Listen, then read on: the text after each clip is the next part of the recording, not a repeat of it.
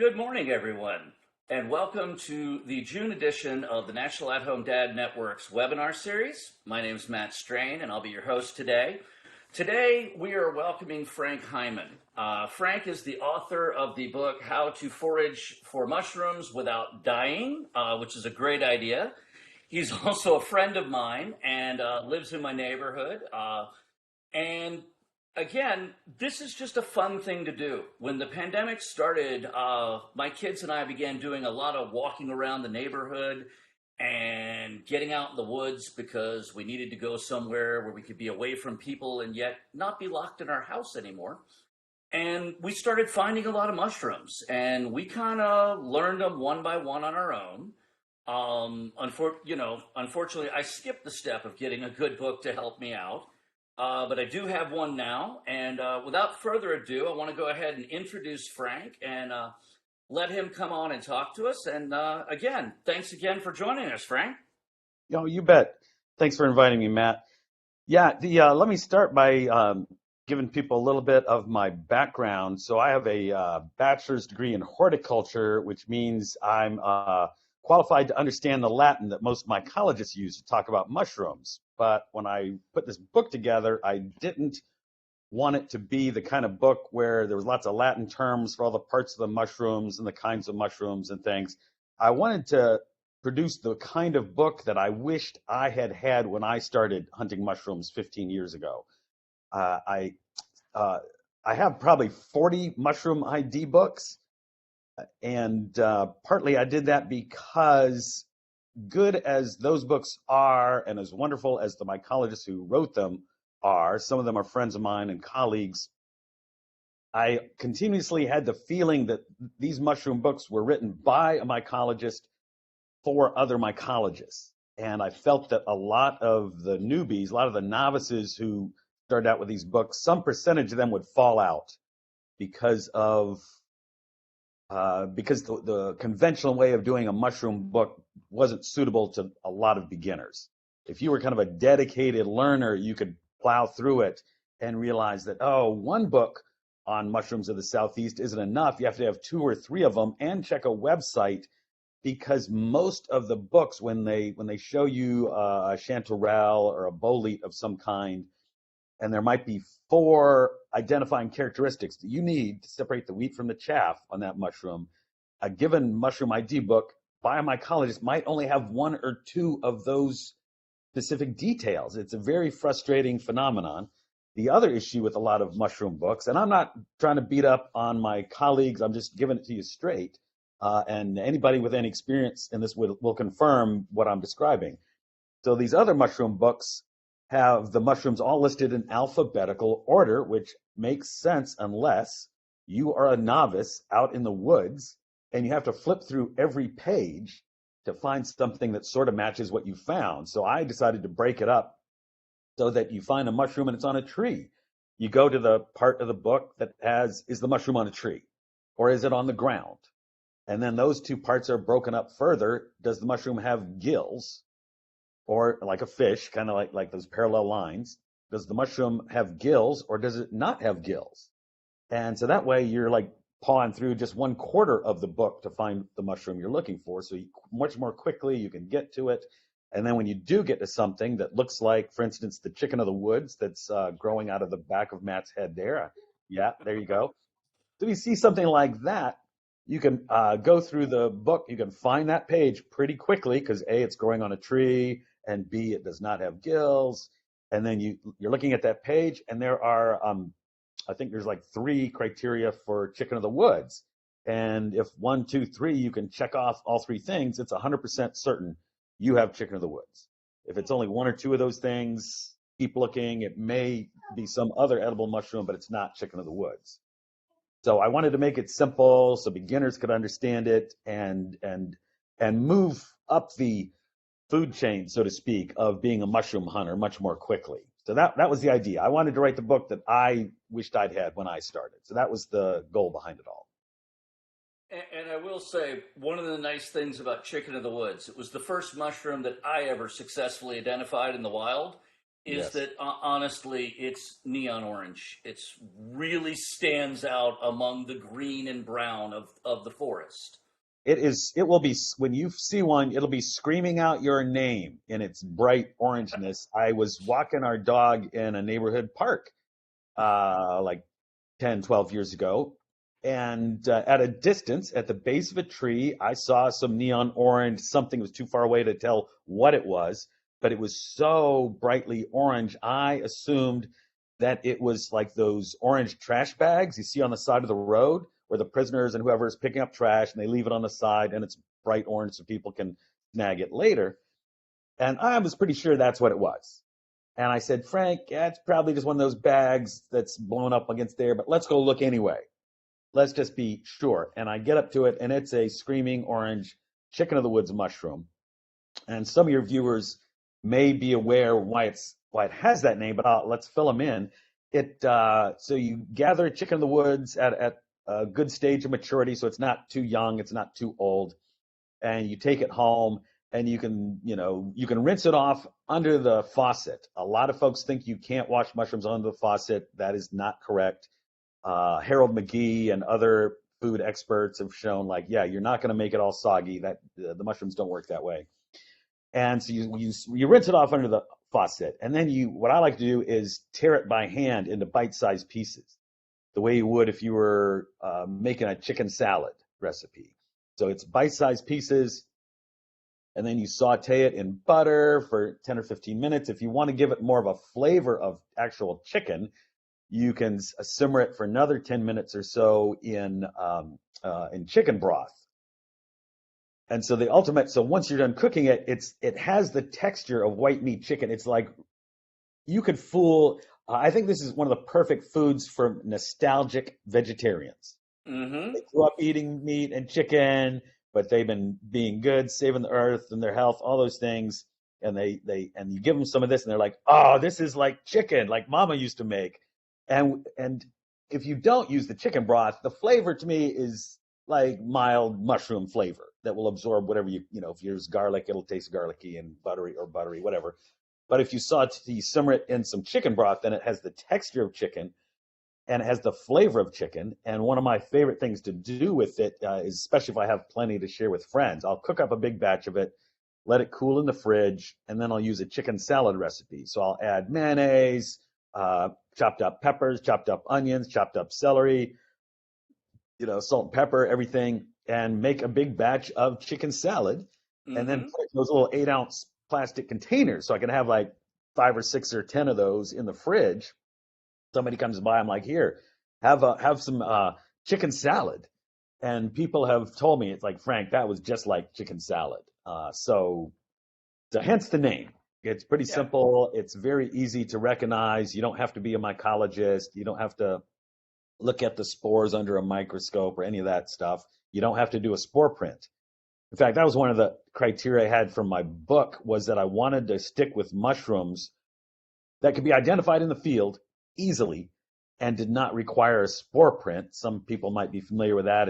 It's just a fun thing to do, even if you don't know the mushroom you're looking at. If you have mushrooms come up in your front yard, you take the cap off, put it on a piece of paper, leave it overnight, and the next day you'll have this beautiful print, this outline of all the gills in the mushroom from the spores dropping.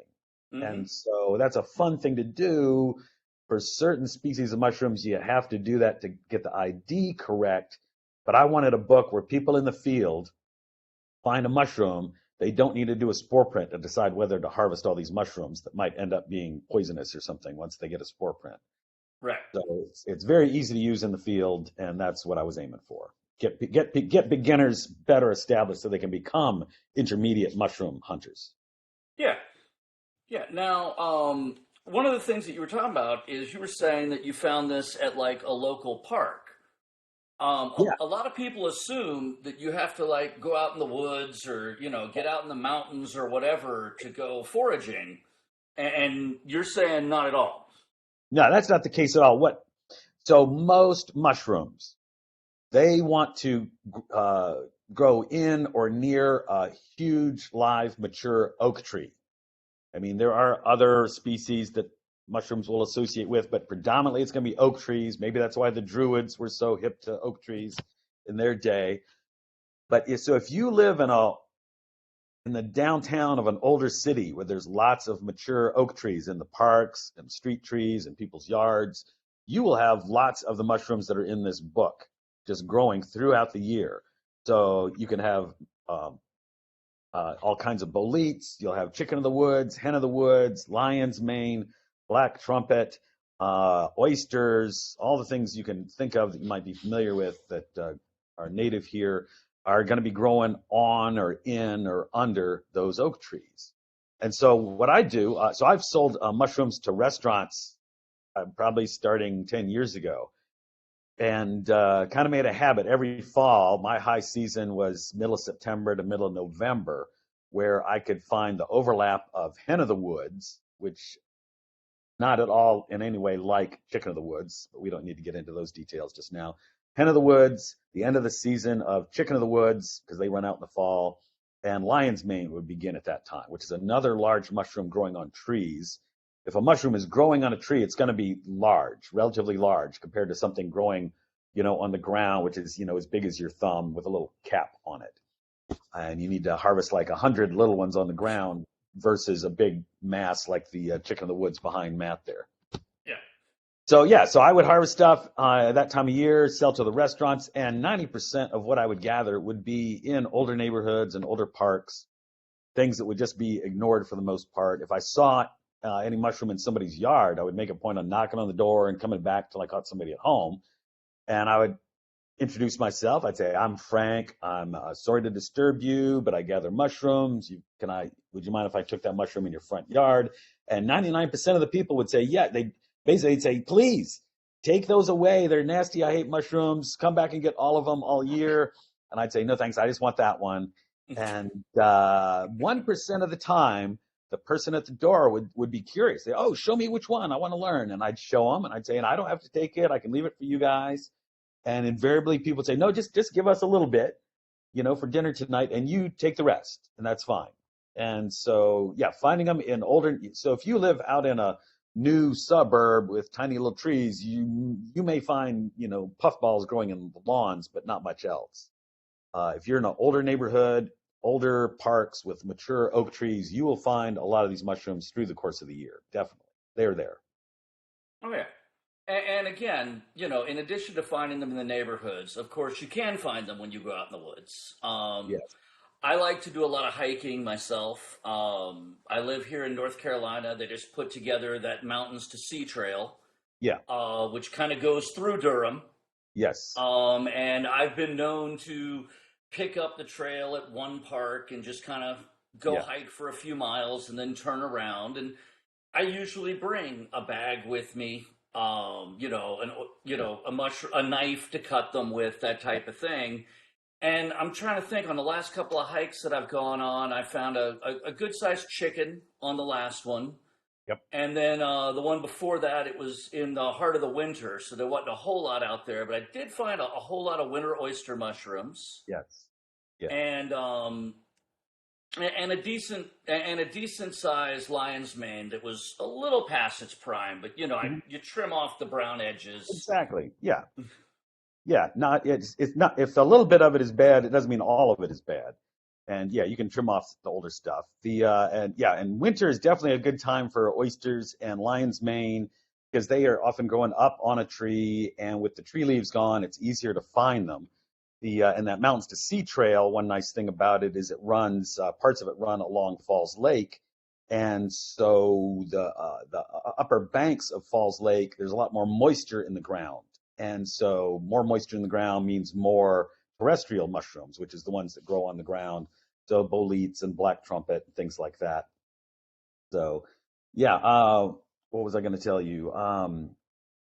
So you can find them out in the country. I want to tell you about a recent little event that I had. So my wife and I were driving to Charlottesville, Virginia. I was going to do a reading from my book, which I know a reading of a ID book sounds boring, but my book also includes essays about the foraging life that are kind of funny, and I'm not a terrible writer. My essays have on other topics have been in the New York Times and the Wall Street Journal, dozens of other newspapers. I've had columns in half a dozen national mid-sized magazines. So I can kind of write. So I go and I read the essays, and we play a little game with these models, life-size models of mushrooms. That I held one mushroom up, and then another one, and another one, and I say, which of these mushrooms, if you ate it, would have you running for the toilet? People love this game. Children love this game. So we were driving to Charlottesville, where I was going to do this reading and play the mushroom game and have some fun over a long weekend. And we're on lovely it's beautiful drive from Durham to Charlottesville through country roads. And once you get into mushroom hunting, you may develop what I call mushroom hunter's 50-50 vision. And you'll know you have this, you've acquired this when you're driving on some country road at 50 miles an hour and 50 yards up into the woods, out of the corner of your eye, you see a chicken of the woods or a lion's mane or something brightly colored. And it's just corner of your eye. Look, you're just zooming along, singing loud and badly to the music on the radio, and you'd be like, lion's mane. You spin the car around like you're in an action movie, pull over. Your wife is wondering what is wrong with you. Again, she's wondering this. And you pull up and 50 yards into the woods. So that happened on this trip to Charlottesville. And the picture you have of chicken of the woods, there were three of those, three that size, stacked up. One was like 2 feet off the ground, another one was 3 feet off the ground, another one was 4 feet off the ground on this one big oak tree. And that bright orange, so I could see it easily. And so I had some bags in the car. You want to use paper bags, not plastic bags, because plastic will hold the moisture and they'll rot. And so I had some paper bags, and so I scooped them all up. And then at the reading, I was able to give away small chunks of chicken of the woods at the end to everybody who was interested. We used the small paper bags from the bookstore. Yeah. So that worked out really well. And so 50-50 mushroom hunter vision could be yours once you get into this activity. Now, one thing that I will say, we talk about being able to go out and do this. A lot of what I do with my family is we'll go out hiking. The last big trip that we made was last year, back in August. I was doing a triathlon out in western North Carolina. Mm-hmm. And as long as we were going to be in the mountains, we decided to make a vacation out of it. Mm-hmm. So we stayed for about a week. So we had about 3 days before the race and 3 days after the race.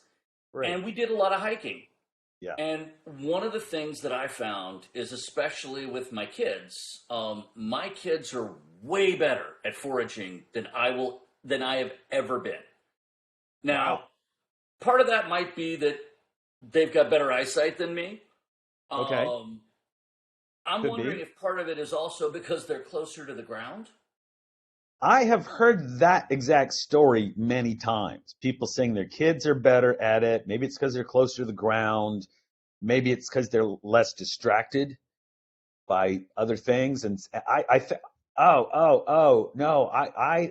I might have the answer, and it's perhaps not everybody will like this answer. But so I have spent, I'll give you my experience first. I have spent my entire adult life working outdoors. And so my eyes their experience is at focusing at longer distances. And when I'm out in the woods with people who work indoors, where their eyes are used to focusing on something as far away as a screen or somebody across the table at a conference table, I find if I'm out in the woods with people like that, I'm always seeing stuff and pointing it out. Oh, look at that hole where that woodpecker lives. Look at that, critter over there. Look at that tree stump that's making a cool thing. And people work indoors are kind of where, and even when I point it out, they have a hard time finding it and focusing their eye on it. So I think part of it is kids are outdoors playing more than most adults are, and their focal length is further out. And if you're working indoors, and nothing gets people that work indoors, my wife is a book designer, works on a computer screen more than she wants to. But in my experience, it's like I'm just catching stuff, and other people are like, they're just seeing random tree trunks and leaves, just this generalized image. And so I think that may be a little bit what's going on with the kids. It may be other things. They have less going on in their head. You're out there hiking, having a good time, but you're also thinking, what do we do for dinner? Yeah. I could have got gas. Do I have enough gas? I think I have enough gas. Do I have enough gas? All these little things Is the kid going to fall off the side of the mountain? Yeah, is the as they're key going on. running around. Yes, yes, that would distract you from identifying mushrooms. Let me throw in one other small factor in there that when people are first starting hunting mushrooms, they can get a little frustrated, especially if they're out with other people and the other folks are like, "Oh, I found this," and they're looking around and the newbie isn't seeing anything. It's like until it's pointed out. And I think the phenomenon there is what's called pattern recognition. So if you're a total newbie, you have seen images of mushrooms online or in a book, and you go out in the woods and your brain is looking, your eye and your brain are looking around, and your brain is like, man, I just am not seeing any of these two-dimensional mushrooms.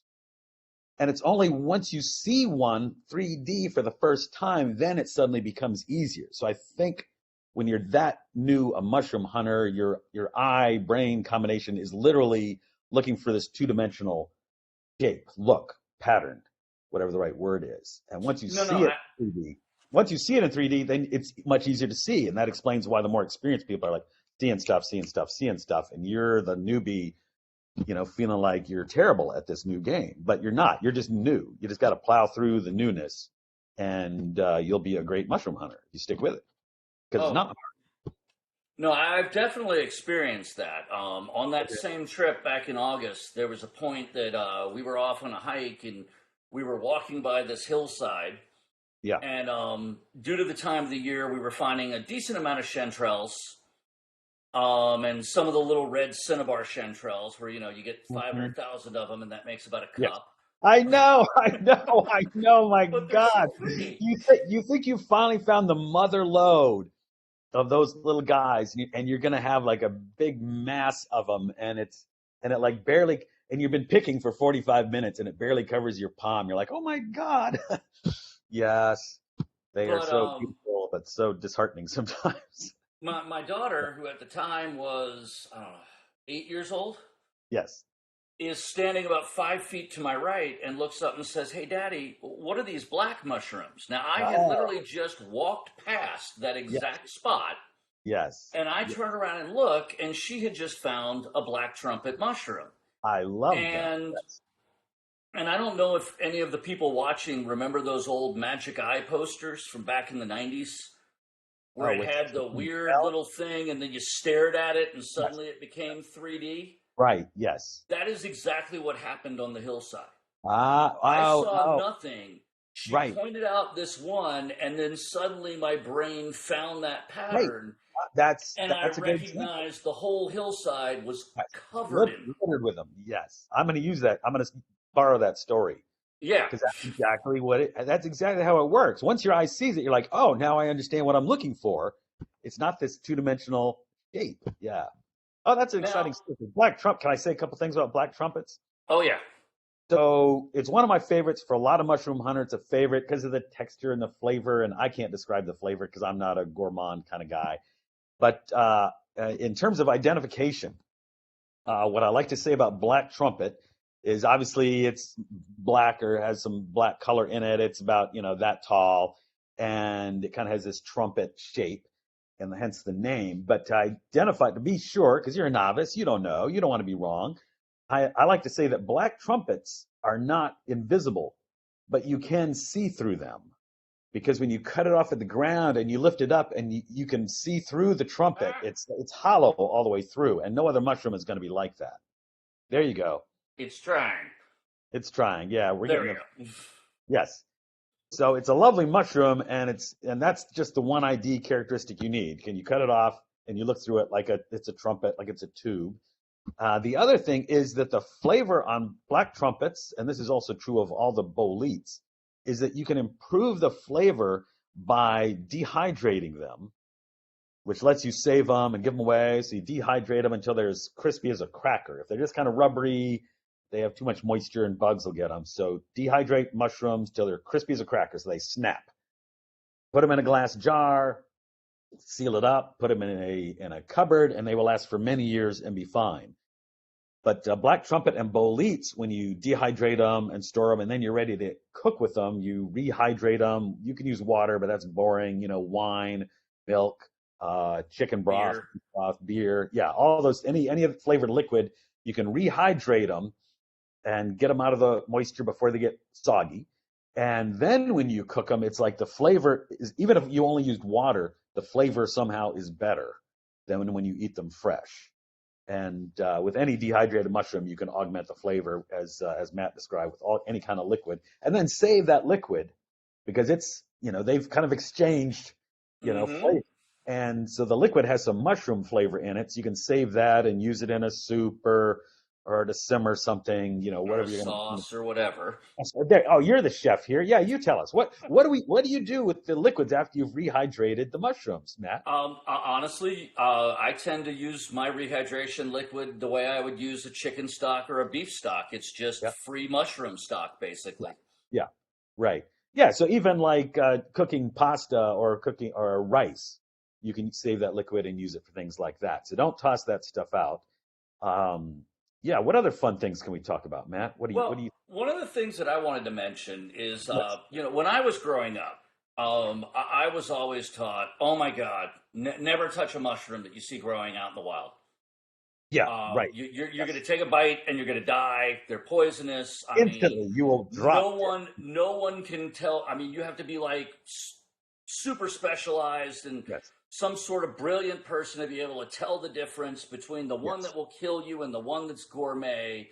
And And sometimes even the experts get it wrong. Yes. right. That's what I always heard growing up. What do you say to that? I say that's just bonkers. It's not true at all. So here's the thing. So I grew up with that too. And my wife and I were on vacation. We always check the local papers, see what's going on. Somebody's leading a mushroom walk. And I'm like, okay, well, here's an expert. We'll go on this mushroom walk. We'll be outdoors. We'll learn about mushrooms, maybe bring home something lovely to eat, which all that happened. And what the thing that surprised me was how easy some of these mushrooms were to learn to identify, to separate the wheat from the chaff, so to speak.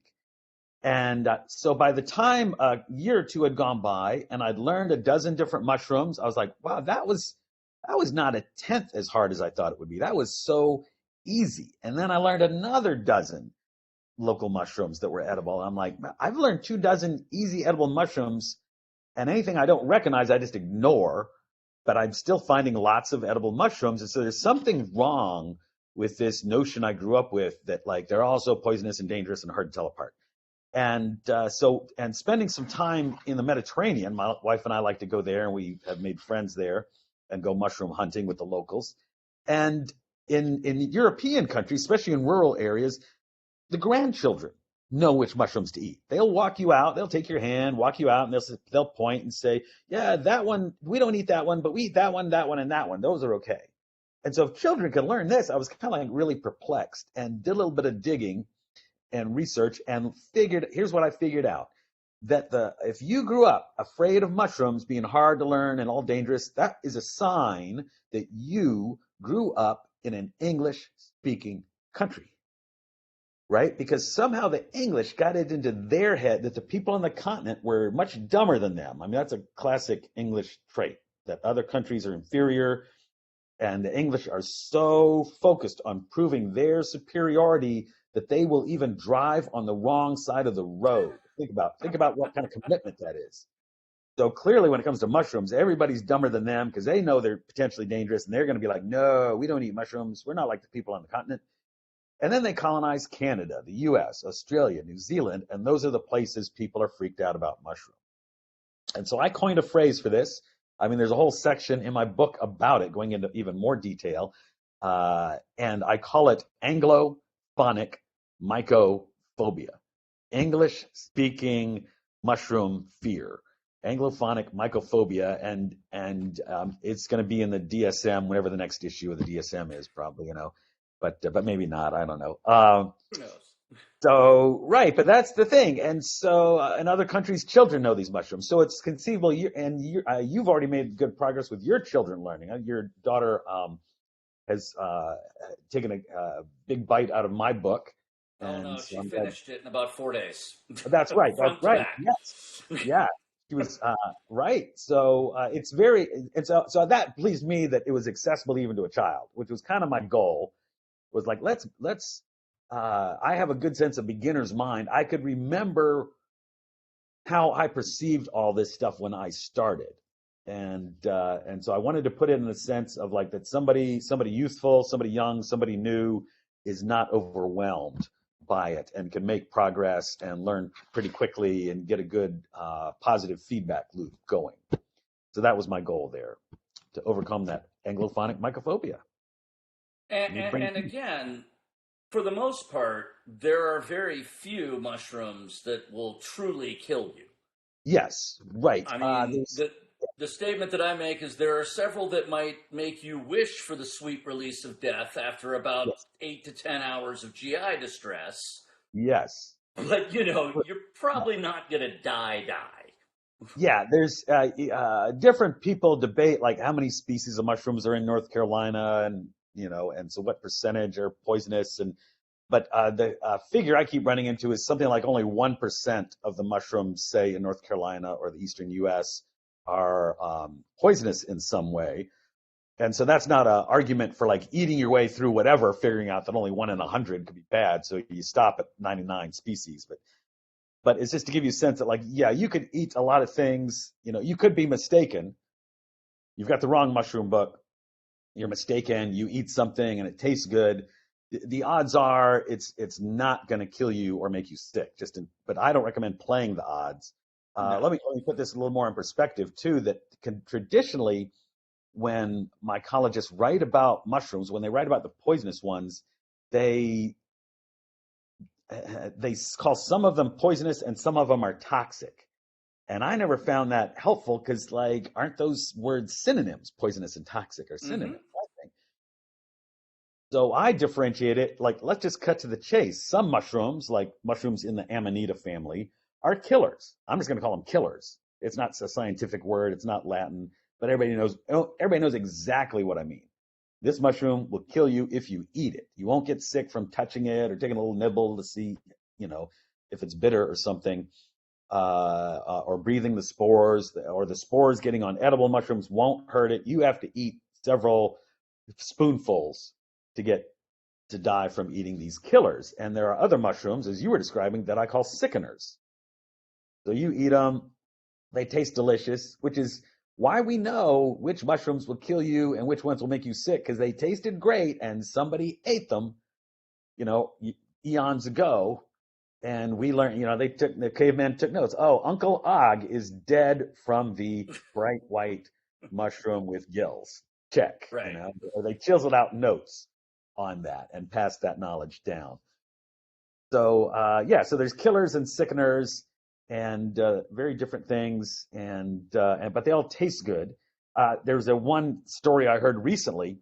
So traditionally, when somebody gathers mushrooms that will make you sick or kill you, that somebody is usually a guy, and they're gathering the mushrooms to impress another person who is usually a woman. This is like the traditional format. I even have a friend who went through that same, he thought he had a chanterelle. A chef wanted to buy his chanterelles from him and serve them to his customers that night. And my friend's like, no, no, no. I'm going to take these chanterelles home and cook a lovely romantic dinner for my wife. And he does that, and it's lovely. It's romantic. The mushrooms taste great. And then they spend the next 3 hours romantically hugging, taking turns hugging the toilet because it Oh, wasn't chanterelles, it was jack-o'-lantern. oh, So yeah. yeah, so we don't have to get into the differences there, but the differences are pretty cut and dry. So I'll just give you one. If it's a chanterelle and you cut it open, it's white on the inside.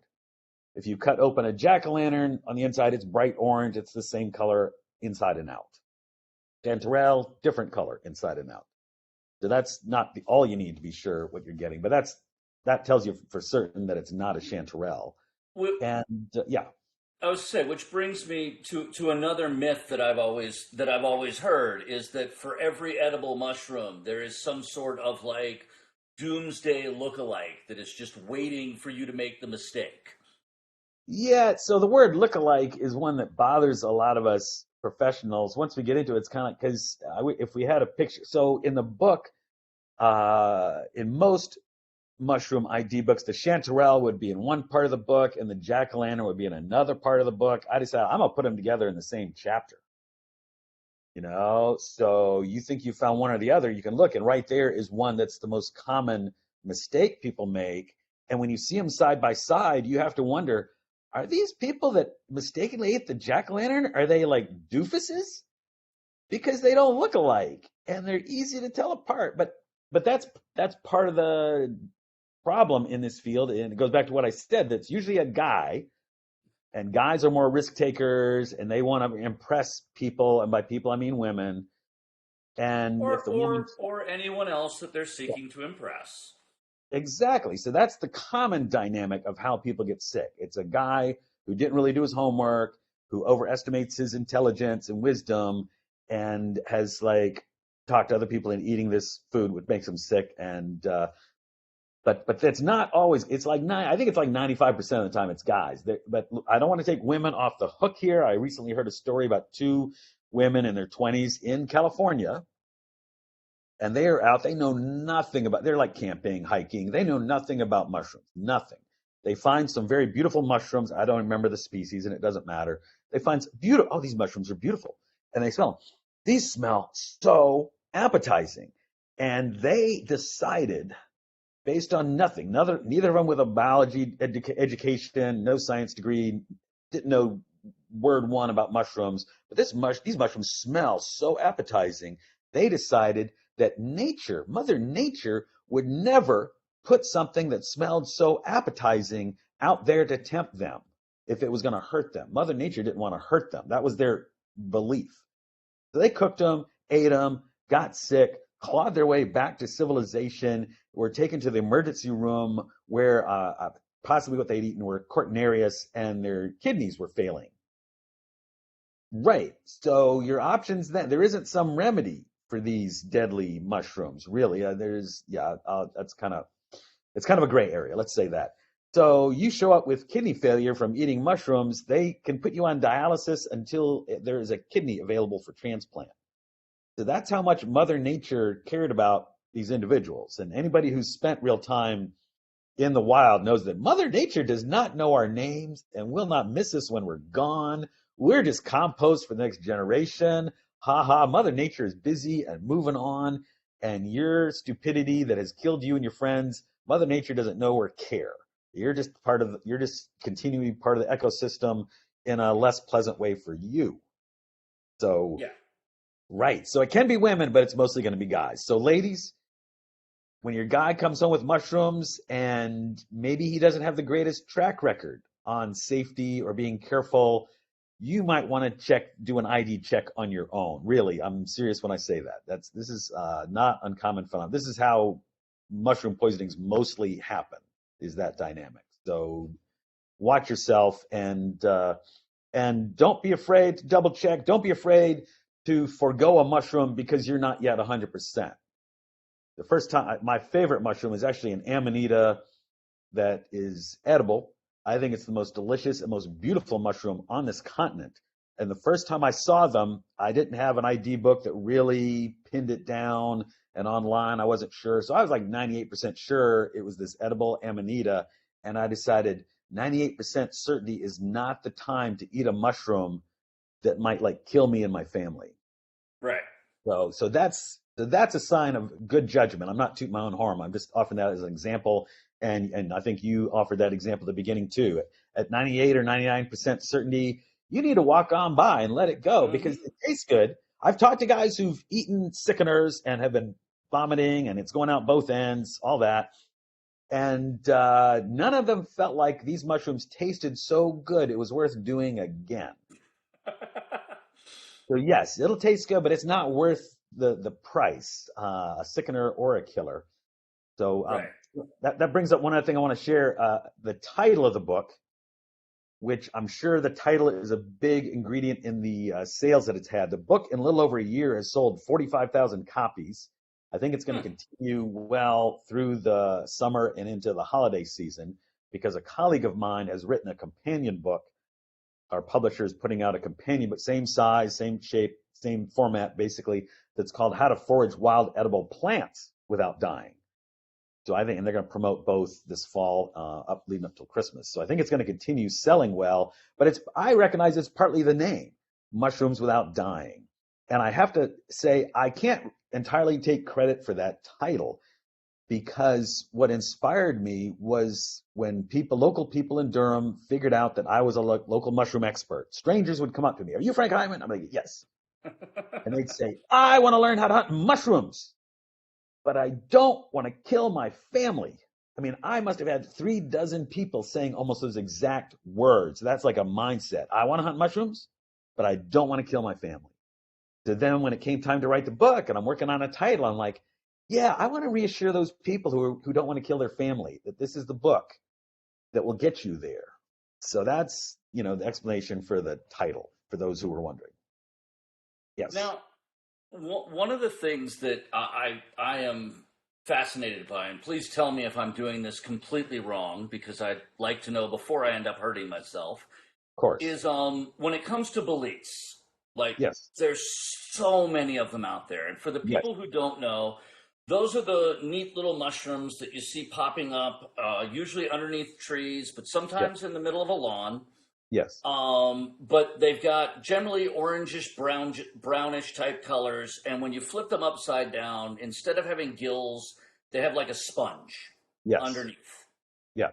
And I know, well, theoretically, everything's edible at least once, but I know a lot of them.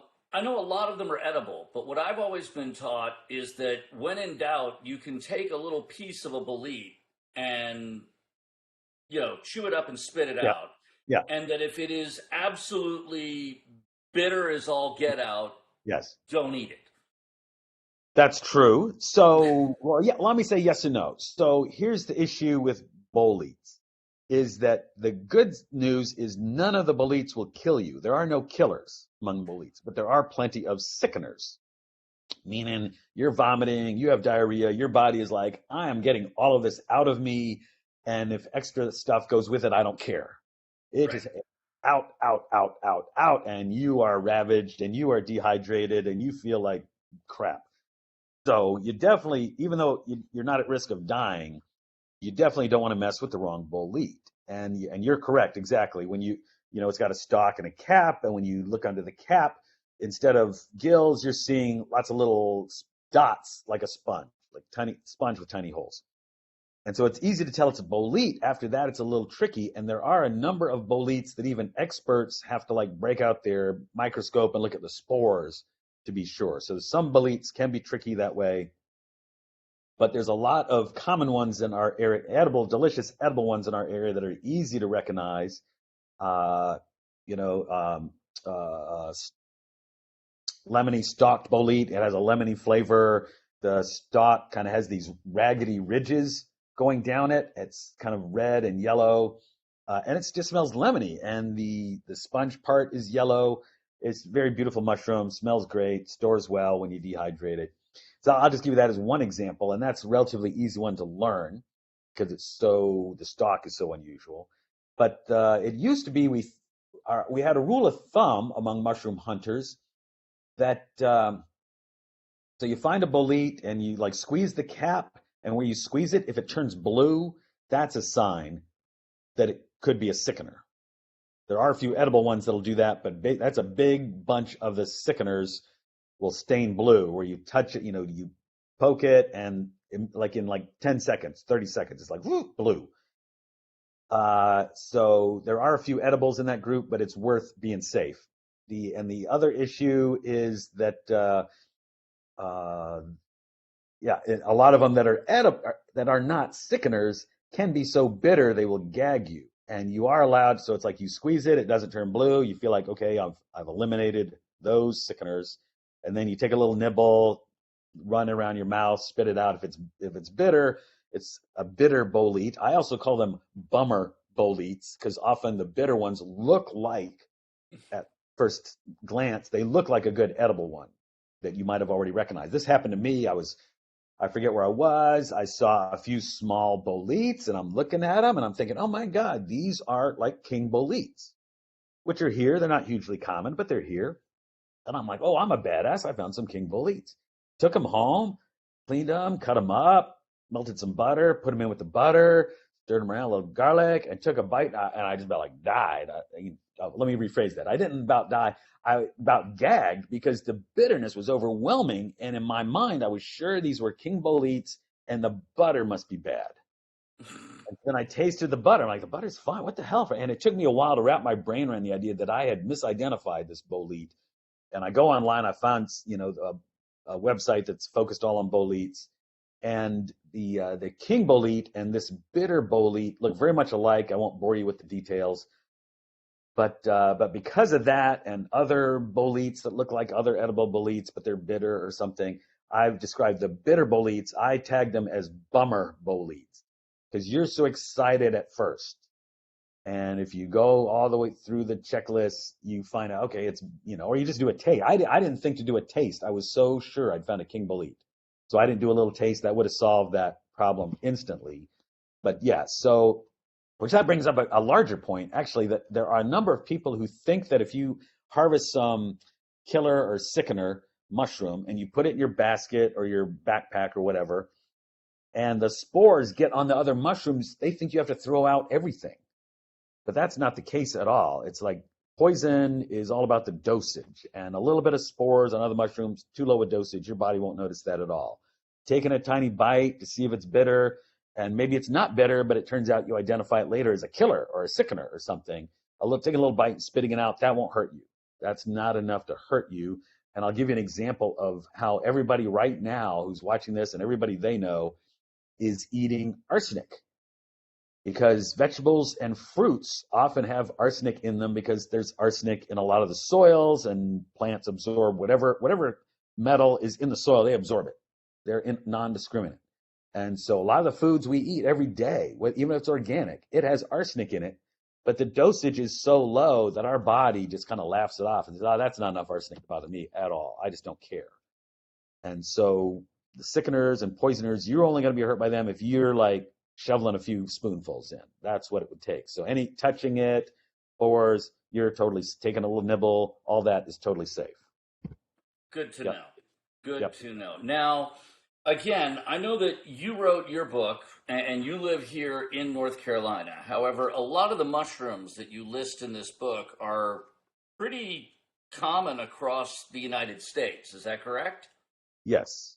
Yes. And it's not just the United States. It's the book is valid for the entire temperate region of the Northern Hemisphere.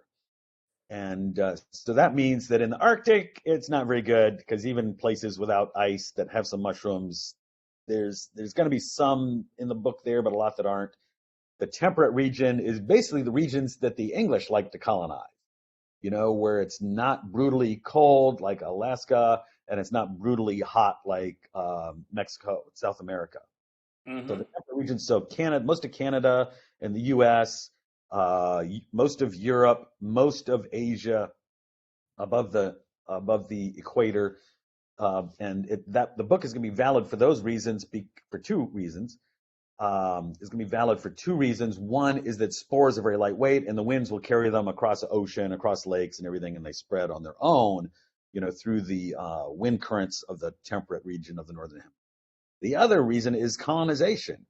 So we load up the boats with our horses and our pigs and our hay and our grains. We have all these spores on them, and we go to another continent or another country, and all that gets out there. And so those mushrooms migrate also. So the book is so if you're going to Italy, you can take the book with you. You're going to Japan or most of China, you can take the book with you. It's going to be valid in those regions. Canada, it's going to be valid there as long as you're not covered with ice, which you're not going to do much mushroom hunting there anyway. Right. Yeah, so it's a very useful book in a lot of places, and the title says it's 29 species of edible mushrooms, but that was a little friendly debate I had with my editor. It's actually, there's 81 species in there because of the puffballs, there's 7 different species of puffball that are described in there. They're pretty much the same, but it's worthwhile to know the little nuances. Some of the puffballs in the Rocky Mountains look different, things like that. So there's actually 81 species in there, but my editor wanted to uh, pitch it as 29 because there's 29, basically there's 29 different common names in there. So under Gotcha. puffball, there's 7 species. Under bolete, there's 3 species, things like that are in the book. So Right. you're covering a lot more species than you might gather from the cover, and that's okay. Yeah, and again, I will point out, especially for those of you with kids, the puffball foraging is really fun Yes, because they're relatively easy to find, and you just break them open, and if they're white all the way through, you're good to go. yes. And more importantly, for those of us with younger kids, one of the species of puffball's common name is wolf fart. And Wolf, fart jokes always play with the kids. that always works. Yes. Yeah, and it's called that because you can, at a certain stage of its development, once it's mature, so it's past the eating point, it's mature, it wants its spores to get out, you squeeze it, and it has a little funnel at the top, and tufts, little smoky puffs of spores come out. Wolf fart. So the other things I want to share about puffballs is that they where most of the mushrooms we've talked about are either growing on a tree or next to a tree. Puffballs are often found in lawns, in fields, meadows, pastures. They like goat pastures for some reason. And they are in the stage at which you want to eat them is when they're young. So they're solid inside, just like Matt said. You cut it in half and you look inside. It's like a piece of tofu. It's that solid and that white, or the inside of a marshmallow. So that's the one ID characteristic, and nothing else looks like that. If there's some weird colors inside, or there's some outline of something inside, then it's not a puffball. Toss it.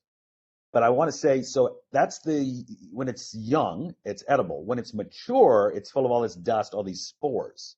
And probably everybody watching grew up kicking puffballs to have the Mm-hmm. spores, the dust fly away, which brings me to one of my theories about evolution. I think that puffball mushrooms and human children co-evolved. They were depending on us kicking them to help get the spores dispersed. It's just a theory. I have no way of proving this because we can't go back in time yet. But I think that's a pretty sound theory, don't you? Yeah, no, no, it makes complete sense because Oh, again, I remember being a kid and loving puffballs, yes, and yes, my kids are big fans of them as well. yes. Now, earlier you were talking about knocking on somebody's door to ask about a mushroom. I will point out for everybody who's out there foraging, please, please, please, please, please look into what the local rules and Yes, ordinances are in wherever you are. Like, for instance, in North Carolina, you are not allowed to harvest plants in a state park. right, right, I've listened to some people debate that, well, technically a mushroom isn't a plant, it's a fungus. And my only thought is, do you really want to have that argument with a park ranger? right, Just walk on, right. Or but be just scout the aware. area, and if there are no park rangers, you know, I don't care. But Right. yeah, no, that's a good point. The actually North Carolina game lands are places where you're allowed to hunt Hmm. mushrooms. Don't do it during hunting season, would be my advice, unless you're covered in orange. But those are places where legally, yeah, you can go there and nobody will give you a hard time if you come out with a basket or a big bag of mushrooms. And Well, if you are in North Carolina during hunting season, they do not allow hunting on game lands on Sunday. there you go. I found this out when I went out hiking on a Sunday during deer season. It was terrified of getting shot wearing bright orange. And then I saw the sign that said that they don't allow hunting on Sunday, which Yeah, means that's your day to go out foraging and not right. have to worry about Yeah, a any stray time of year. hunter or whatever else. Yeah, they But don't want their church services disturbed by people banging away. Yep, I'm not sure what that is, but that's what it is. Yes, but more importantly, you don't want to go on private property that doesn't belong to you without right, permission. right, If you see a no trespassing sign, don't trespass. That's right. just a terrible idea on every boat. And as Frank said, if you ask somebody, "Hey, do you mind if I grab that mushroom?" Mhm. Um, I've done it twice, and both times the person has said, "Oh yeah, grab it, no problem." Yeah. Once was for a chicken in somebody's yard, and the other one was for a lion's mane that was growing on a tree. Yeah. And when I asked the guy, he looked up and said, 2 years ago, some Duke guy came by and said he wanted it for a class. And I'm like, I want it to eat. Yeah. Yes. Yep. There you go. Yeah, it's that But, easy. if there's any doubt, again, if you're not sure of what you have, don't Right. pick it. If you're looking for IDs, we all carry around a wonderful phone that has a camera on it these days. Yes. Make sure that you get pictures that include all of the identifying things. So you want to get the top of the mushroom, you want to get the underside of the mushroom. Another one that people often ignore is get a picture of the environment that it's growing in. Yes. Good one. Yes. Get like, there's a lot of the specialists out there, like you, for instance. Again, I am a rank beginner in this category. I'm at that, dozen, maybe 18 mushrooms that I feel comfortable picking and eating. You're beyond novice. You're getting into intermediate mushroom hunter zone there, Matt. So you're doing good. And But, you haven't killed anybody in your family yet, I gather. huh? You No, haven't I killed haven't anyone. killed anybody yet, nor have I made anybody sick. I pronounce you intermediate mushroom hunter of North Carolina. But the one thing that I have found that is the step that I'm going to right now is that I'm learning to identify trees. Yes. Because since so many of these mushrooms are associated with certain kinds of trees, Yes. um, I'm trying to learn, okay, this is what an elm tree looks like. Yeah. You know, this is what this is a live oak, this is Yeah. hickory, Yeah. these are the hardwoods versus the softwoods. Right. And again, it's not really taking, I'm not going to lie. I mean, I'm much better at IDing the Yes. mushroom than the tree at this point. Yeah, I can give you some quick tips on the tree Sure. ID. So most mushrooms are going to, as you said, hardwoods or which are versus softwoods. So softwoods are like pines and cedars and evergreen. It really breaks up that easy. Softwood means it's evergreen. Hardwood means it's deciduous. So if it's especially in the wintertime, tree doesn't have its leaves, it's deciduous. Mushrooms are going to like that. Most mushrooms are going to like those trees a lot more. So if you're poking in a patch of woods and it's like 99% pine trees, there's one or two edibles that might be in there, but it's going to be slim pickings.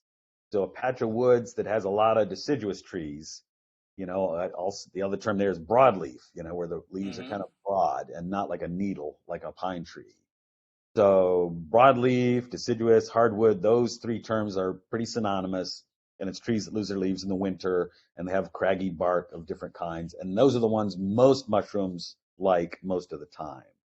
So that's the easy one. And I'll give you a quick way to identify an oak tree in the wintertime. If the branch is low enough and there's like a bare twig, look at any bare twig.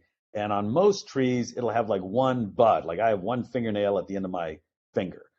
So Hmm. most trees will have like one bud at the end of the twig, but the oak tree will have three or four buds at the end of the twig, like competing with each other, trying to get out. And so that tells you it's an oak tree. And you don't need to know which species of oak because the mushrooms mostly don't care which species of oak. It's like they have a check. Oak, good. Deposit spores here. And so that's the simplest part of tree ID for what you're trying to do when it comes to mushrooms. So All right.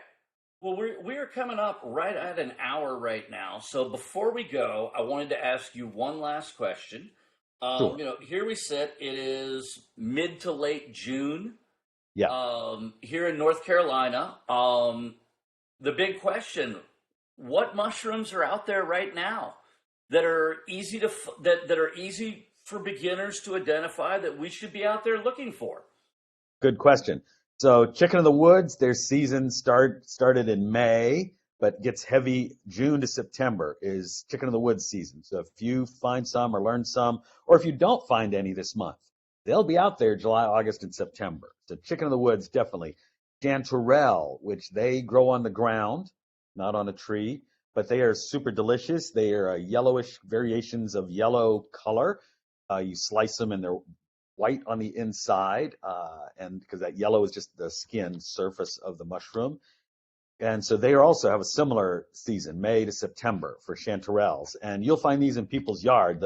I live in a quarter-acre lot downtown Durham, and across the street from me, the folks have chanterelles that come up every year, every summer, in their lawn. And I wish. out there, oyster mushrooms are a year-round phenomenon. Every month of the year, you can find oysters. They're a little bit better in the winter because they don't have bugs in them, and they stay at a ripe stage longer because the growing season is so much cooler. So in the summer, they go fast, and then they're too old or they have bugs in them. But oysters are plentiful. All the boletes can be out in the summertime. Puffballs are more likely in August, but they can vary. They can come a little early sometimes. What else would be early summer? I'm drawing a blank. If I had my book in front of me, I could look up and tell you. But that's a good start. And those are all easy ones for beginners. So chicken of the wood, chanterelles, all the boletes, all the oysters are going to be out through the summer, and you'll find plenty of things to eat. There'll be plenty of fairy ring mushrooms. This is a good point to make. They come up during the summer. You've seen them in lawns where there's like 5 or 10 or 20 of them, and they make a little, irregular ring, little circle. And there are several types of fairy ring mushrooms that are edible. There's also several that will make you sick. And I wanted to include some of them in the book, but they didn't meet my criteria that they weren't. Too many of the edible ones and the sickeners of the fairy ring mushrooms look a little bit too alike. And I put them in the category of being an intermediate mushroom hunters thing, that you understand enough of what to look for. And if somebody shows you, oh, I've eaten this one, and it's because, they take the cap off and they show you what to look for. So the fairy ring mushrooms, do not assume that they are all edible. Some of them are, but some of them are sickeners that somewhat resemble. They're easy to tell apart once you learn how. But in the way I was doing the book, it would have been too long-winded a chapter to cover some of those.